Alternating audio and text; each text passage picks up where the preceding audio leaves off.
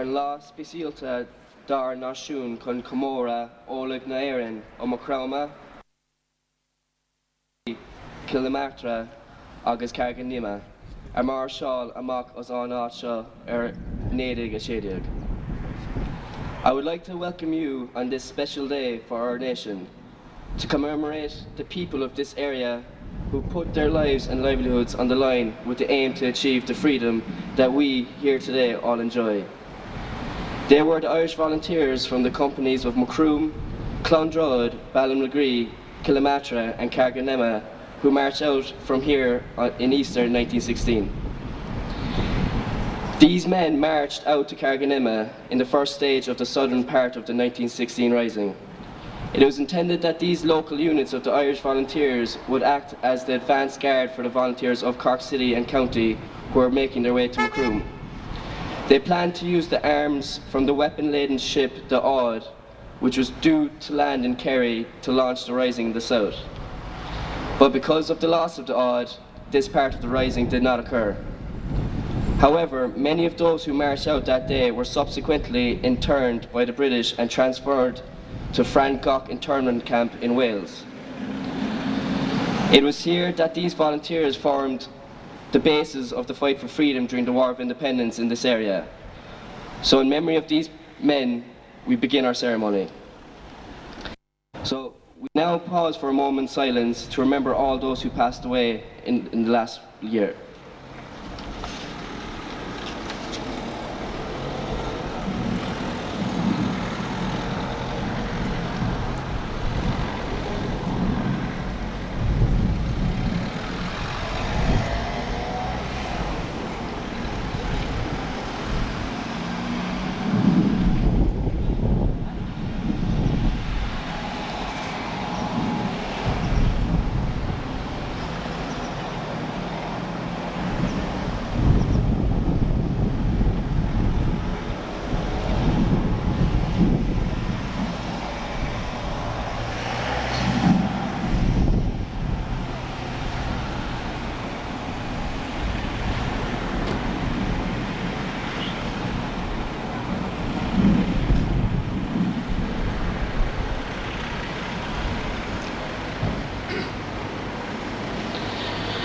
Now, for the laying of the reed, I would like to invite Donald Quinine to lay the reed to the memory of those great men and women who sacrificed all in the struggle for freedom. Last one.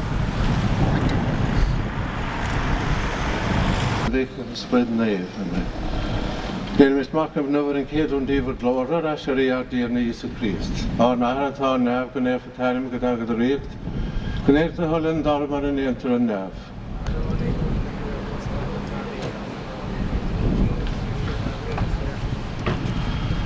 Sé de bheith bhuiire talán de grasa tá an tína leat is beina thuair van ábhagus is beina torad a bhring Iesu. Sé de bheith bhuiire talán de grasa tá an tína leat is beina thuair van ábhagus is beina torad a bhring Iesu. Sé de bheith bhuiire talán de grasa tá an tína leat is beina thuair van ábhagus is beina torad a bhring Iesu. Sé de bheith bhuiire talán de grasa tá an tína leat is beina thuair van ábhagus is beina torad a bhring Iesu.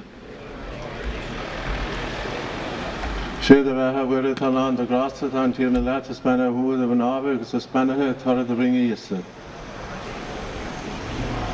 Sé de bheith bhuiire talán de grasa tá an tína leat is beina thuair van ábhagus is beina torad a bhring Iesu. Sé de bheith bhuiire talán de grasa tá an tína leat is beina thuair van ábhagus is beina torad a bhring Iesu.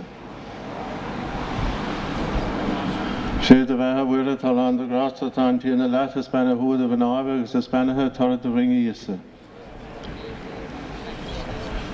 Sé de bheith bhuiire talán de grasa tá an tína leat is beina thuair van ábhagus is beina torad a bhring Iesu. Sé de bheith bhuiire talán de grasa tá an tína leat is beina thuair van ábhagus is beina torad a bhring Iesu. Lord an áras an bhacagus an spud léamh. Amen. And an áras an bhacagus an spud léamh. Amen. Thank you, Father. I now invite Sean O'Queill to read the proclamation.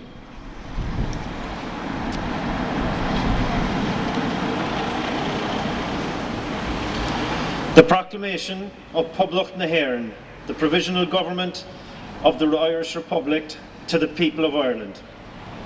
Irish men and Irish women, in the name of God and of the dead generations from which she receives her old tradition of nationhood, Ireland, through us, summons her children to her flag and strikes for her freedom.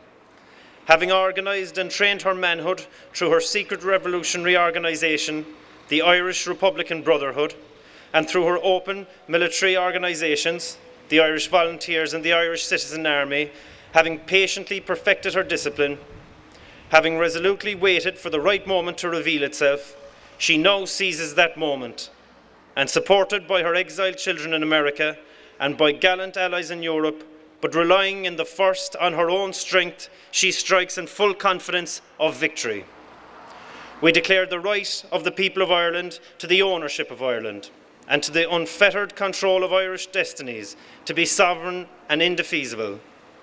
The long usurpation of that right by a foreign people and government has not extinguished the right, nor can it ever be extinguished except by the destruction of the Irish people. In every generation, the Irish people have asserted their right to national freedom and sovereignty. 6 times during the past 300 years, they have asserted it in arms. Standing on that fundamental right, and again asserting it in arms in the face of the world, we hereby proclaim the Irish Republic as a sovereign, independent state, and we pledge our lives and the lives of our comrades in arms to the cause of its freedom, of its welfare, and of its exaltation among the nations. The Irish Republic is entitled to, and hereby claims, the allegiance of every Irish man and Irish woman.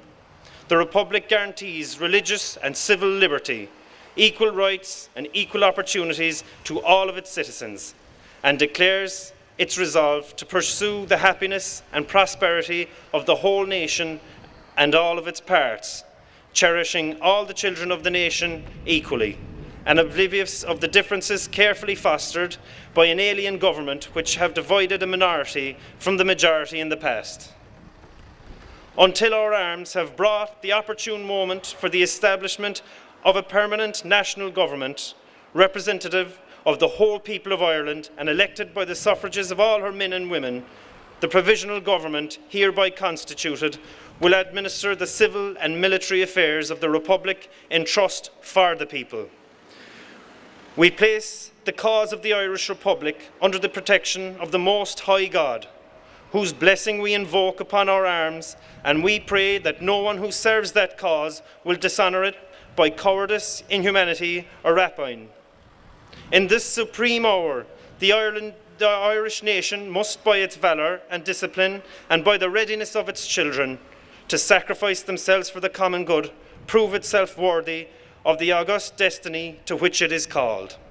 Signed on behalf of the Provisional Government, Thomas J. Clark, Sean McDermott, Tomás McDonagh, P.H. Pearce, Eamon Cant, James Connolly, and Joseph Plunkett.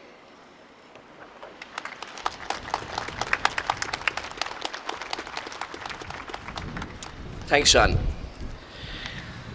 I now invite John Deneen to have the sounding of the last post.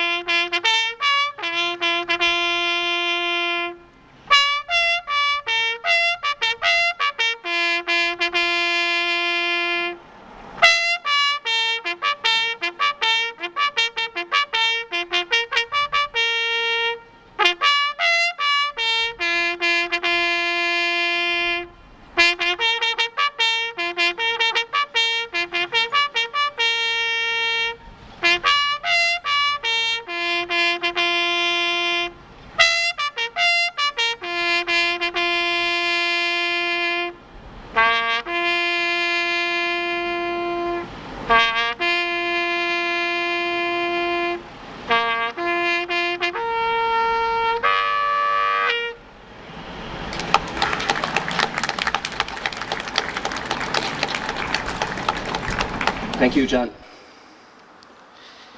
We are privileged today to have here as our guest speaker a well-known historian and author, Michael Galvin. So on this, the 101st anniversary of the 1916, we welcome Michael to Macroom and invite him to give the oration.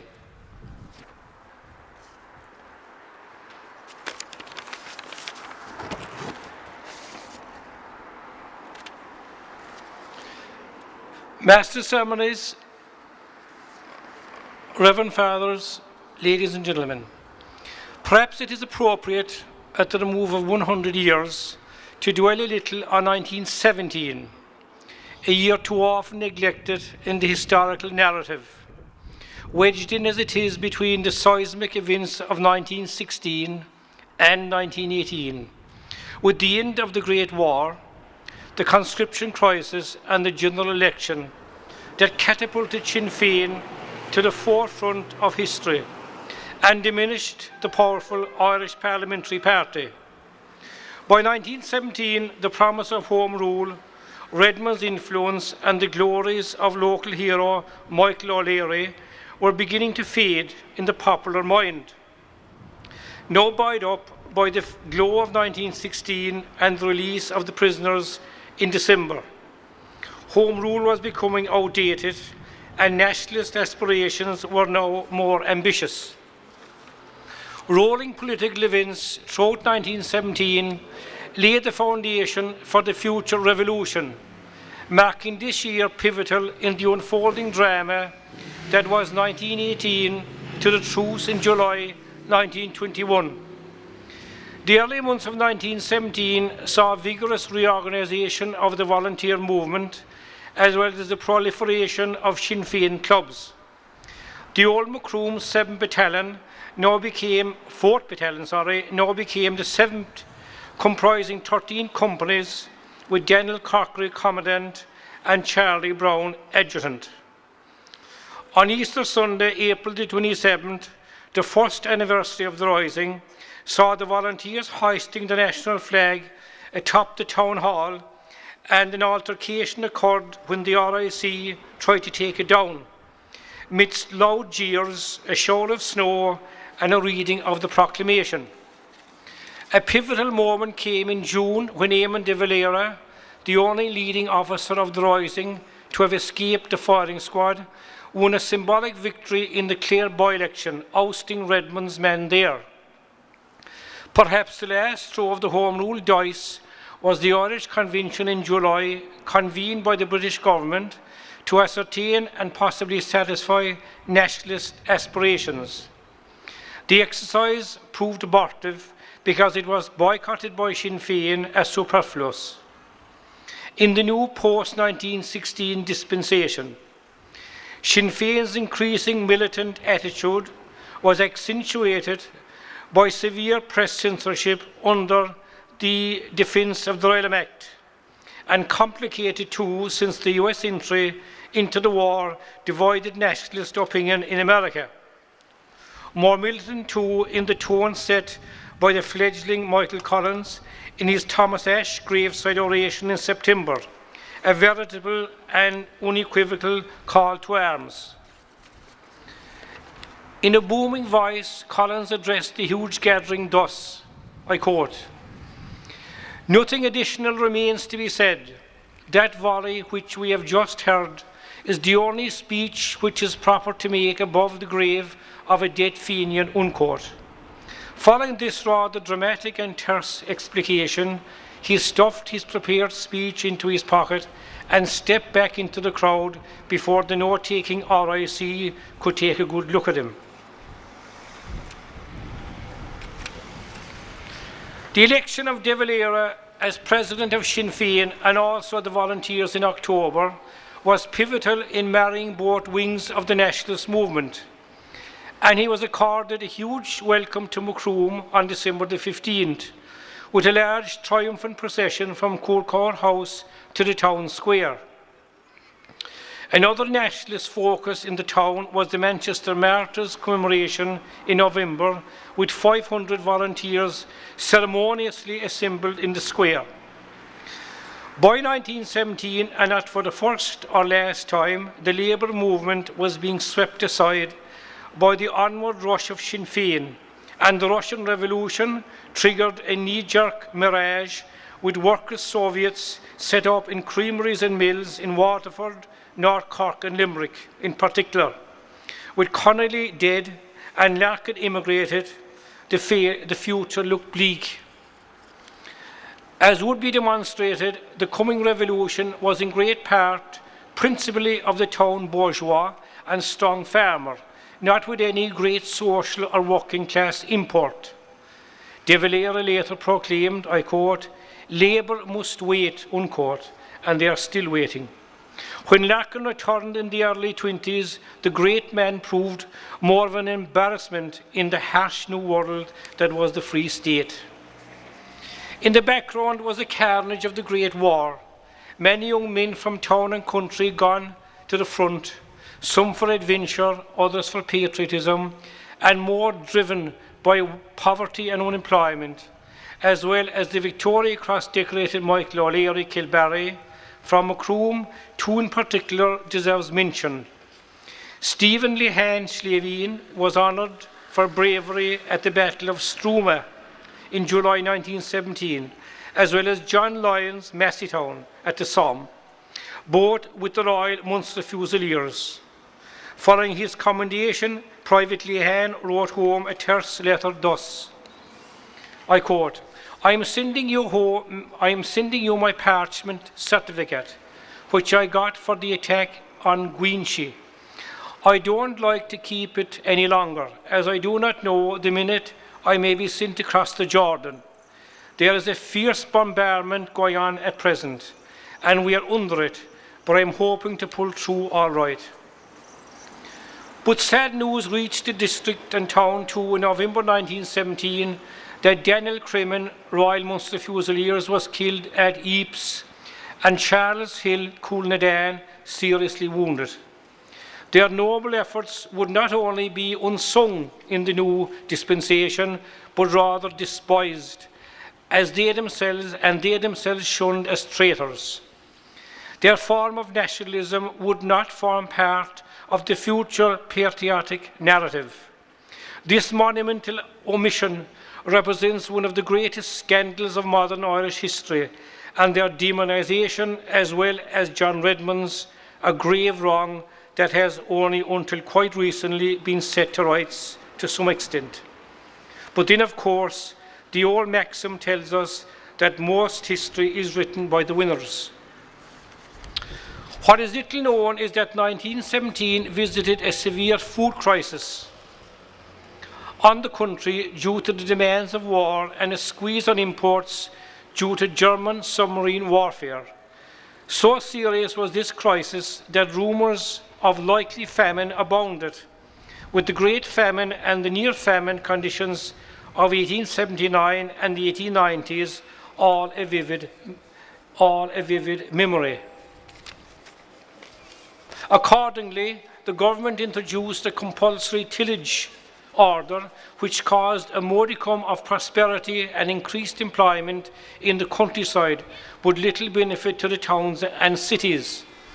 Parallel with this was the notable expansion of the cooperative movement during 1917, and also, of course, the opening of Ford's factory in Cork. Notwithstanding, severe unemployment and immiseration stalked the land, alleviated in spots by income from the soldiers at the front. Conditions were not helped by the dreadfully cold winter of early 1917, lingering to the end of February and again in December, with an acute shortage of potatoes causing great distress, prices soaring to as high as 14 shillings per hundredweight bag. Poverty and immiseration was rife, with nearly 10,000 deaths from tuberculosis in 1917, the highest since 1910. The icy grip affected much of Europe, with thousands of soldiers freezing to death in the trenches, rail and road transport disrupted, and snow drifts of up to 10 foot deep. Compounding the effects of cold and damp houses and rampant tuberculosis during the freeze was other scourges like bronchitis, influenza, pneumonia, malnutrition, scarlet fever, diphtheria, and whooping cough. And contrary to modern popular perceptions, the death rate from suicide, cancer, and heart disease was quite high. A global influenza epidemic, of course, would follow in 1918, killing 40,000 people in Ireland alone. Overarching all this was the continuing course of immigration, with over 2,000 leaving the country in 1917. Women made gallant attempts to assert themselves during 1917, but with limited resources, and their status in society would worsen, if anything, in the coming years, accepting upcoming restricted franchise legislation. 1917 was the year also of the Fatima apparitions, the rapid development of cinema and nationalist songs. Indeed, the film Ireland, a Nation was banned under the Defence of the Realm Act. Many newspapers were suppressed, including the Southern Star. To conclude, 1917 then was a year of calmer reflection following 1916, of political organisation, the beginnings of the hunger strike cult as a political weapon, the year of increasing political kudos for Sinn Féin, the emergence of a new and younger set of leaders like Michael Collins and Eamon de Valera, the increasing decline of John Redmond, and the stepping forth from the shadows of the father of Sinn Féin, Arthur Griffith. Perhaps finally, it is only fitting to finish with the following quasi-religious, Pierce-esque poem by Thomas Ashe. Let me carry your cross for Ireland, Lord. The hour of her trial draws near, and the pangs and the pains of the sacrifice may be borne by comrades dear. But Lord, take me from the offering throng. There are many far less prepared, too anxious and all as they are to die, that Ireland may be spared. Let me carry your cross for Ireland, Lord. My cares in this world are few, and fewer the tears will for me fall when I go on my way to you. Spare, oh spare, to their loved ones dear, the brother and son and sire, that the cause we may love may never die in the land of our heart's desire. Let me carry your cross for Ireland, Lord. Let me suffer the pain and shame. I bow my head to their rage and hate, and I take on myself the blame. Let them do with my body whither they will, whatever they will. My spirit I offer to you, that the faithful few who heard her call may be spared to Oration due. Let me carry your cross for Ireland, Lord, for Ireland weak with tears, for the aged man of the clouded brow and the child of tender years, for the empty homes of our golden plains, for the hopes of our future too. Let me carry your cross for Ireland, Lord, for the cause of Oration due. Thanks for your attention.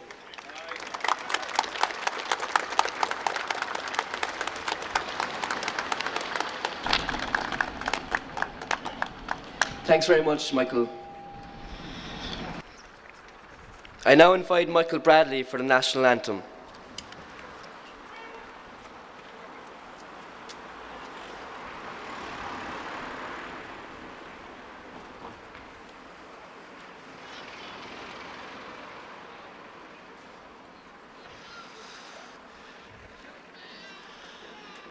Sing a Fianna Fáil, a Táfao Legering,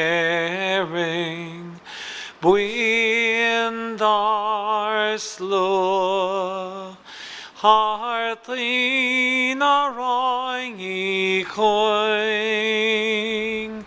Fevoid Veser, Shantir ar sing sher fiasta, ni og far fentir ar na fentroil.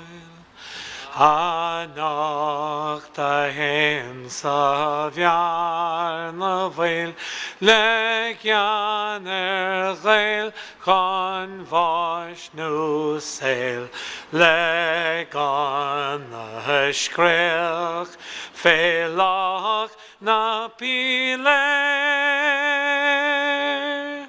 shaliv kanlik aron navien.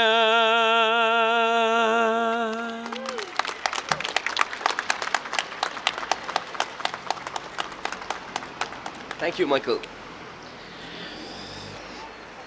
I wish to thank all those who took part in today's commemoration: Jimmy Healy for providing the sound, John Deneen, Michael Bradley, Donald Kelleher, Sean O'Queill and Donald O'Creneen.